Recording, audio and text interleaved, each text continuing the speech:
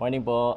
Dito ako sa Cebu ngayon and just wanted to say, wow, na-miss ko yung Cebu and finally I'm back. Salamat muna ako sa Windsor for inviting me here sa Prime Stags Promotions.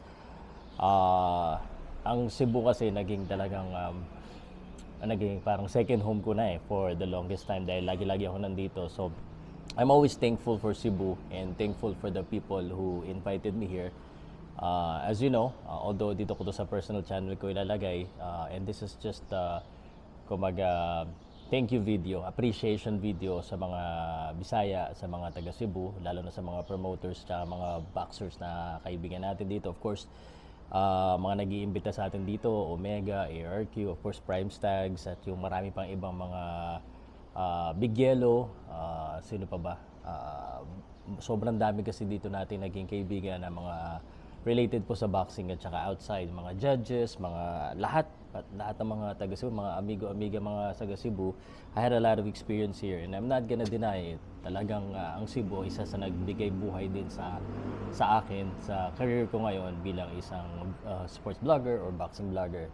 Kundi dahil sa Cebu, hindi tayo nakilala. So talagang every time I go here, I'm just filled with appreciation and happiness na nandito na naman ako sa Cebu. Cebu kasi I still believe Cebu is a boxing city compared to although I love yung ibang city sa Pilipinas, but pag boxing talaga dito kasi pinakamarami yung boxers, yung promoters, tsaka maganda yung mga bakbakan dito sa Cebu.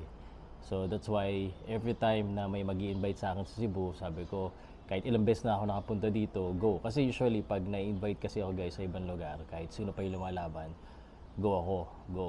And ito mamaya, weigh in. Kumakain ako ng breakfast. By the way, subo ako ng isa.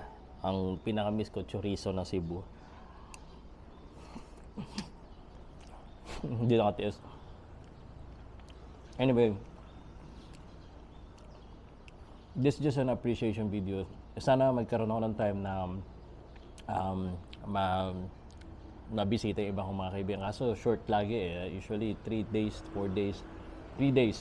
Usually pag na-invite ako. And thankful ako dahil, kwento ko lang during my early days as a sports vlogger, ako yung gumagastos talaga, pumupunta talaga ako sa ibang lugar. So I'm just really appreciative every time na hindi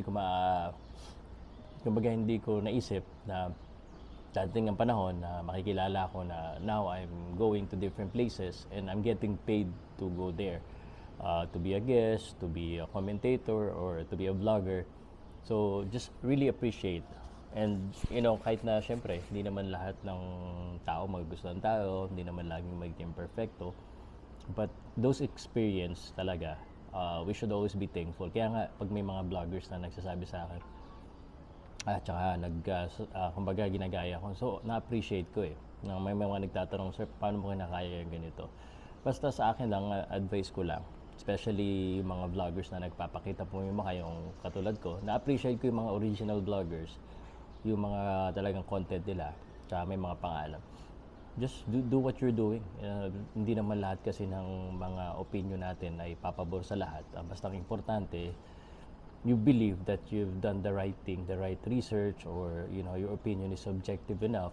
And pag masabihan ka ng bias, pag vloggers ka, yun talaga, hindi naman mawawala yan Basta, just be fair to everyone when you provide your opinion. And just make sure na justified yung opinion mo. Kasi yun naman ang importante dito That's why it's important for us to build credibility. Although, I'm not saying na 100% credible or reliable na ako lagi-lagi. I make mistakes, nakikisali pa ako sa kaguluhan minsan. But what important is we continue to move forward, we continue to grow. At syempre, minsan talaga kailangan daanan natin yung mga mali na nagkakamali tayo. But yun na, importante na itama natin. Yun, para lagi-lagi tayo nakakabalik sa Cebu. So, shoutout uli.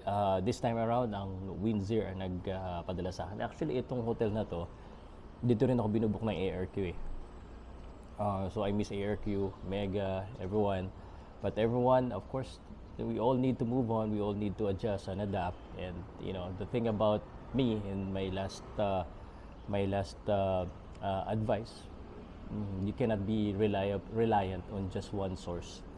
you have to be reliant on yourself, and you have to be resourceful with other connection and resources para hindi ka rin nagiging stagnant. It's very important that you continue to go out, build relationship, kasi some relationship hindi naman lagi-laging 100% intact yan, but if you move forward, then you keep yourself kumbaga valuable, or na-improve mo, every now and then, babalik din naman yung mga dati mong customers or yung mga connections mo, because they see value.